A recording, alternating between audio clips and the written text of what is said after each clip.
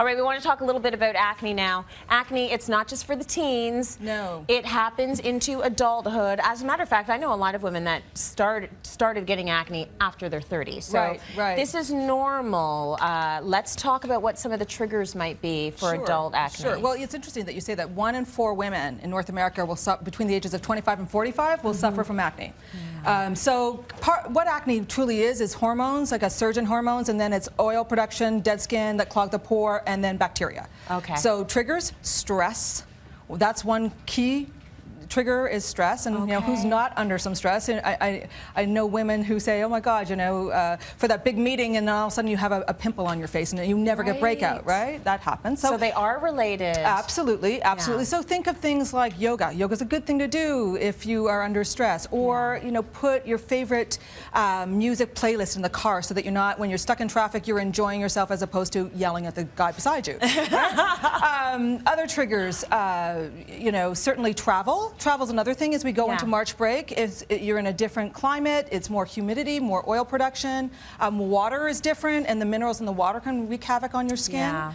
Cosmetics, you know, we like to experiment, right? So spring is a time of experimentation. But the thing is, if you jump from product grouping every couple of weeks, your skin can wreak havoc on your skin as well. So. Okay, so, and also I guess removing your products properly, because you talked about blockage of pores, right, and I guess exactly. that would So the treatment of it is really critical in terms of what you're doing and why. And one of the things that people don't necessarily know is that there are various degrees of acne, right? So a big do, if you will, in terms of the do's and don'ts, if you suffer from breakout, is do seek you know, advice from an expert, because you can get breakout once a month, that one pimple that comes and it just drives you crazy. Yeah. Or you can get 1 or 2 always on your skin, and traditionally you might have tried an acne lineup and it hasn't worked for you.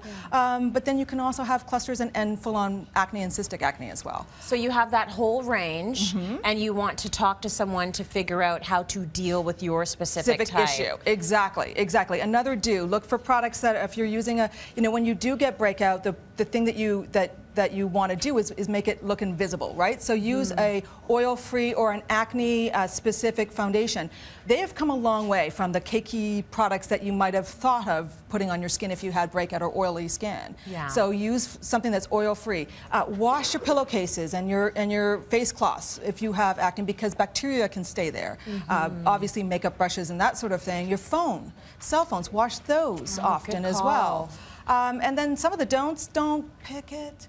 It's what happens is you think, oh, that I'm getting rid of it, but what ends up happening is that you actually spread the bacteria underneath the skin. So treatments that you want to look for too is not just one therapy. You know, any dermatologist will say a multi-pronged approach is the best way to go. So look for oil control, for ingredients like salicylic acid, which is a great unclogger, and it's also an anti-inflammatory. Yeah. You also want to have non-irritating ingredients like caffeine.